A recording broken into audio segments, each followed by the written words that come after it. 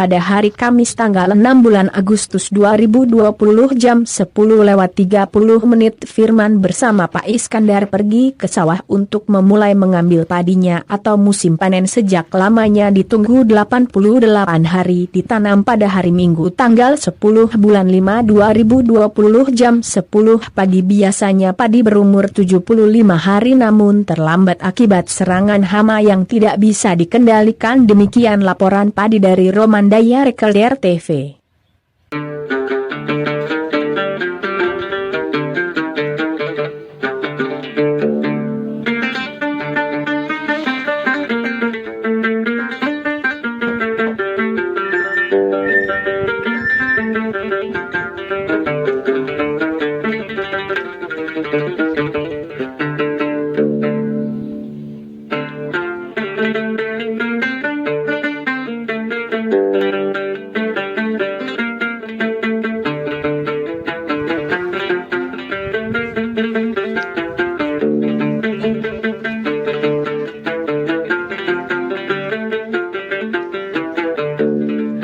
Garo asenal rita ria sebo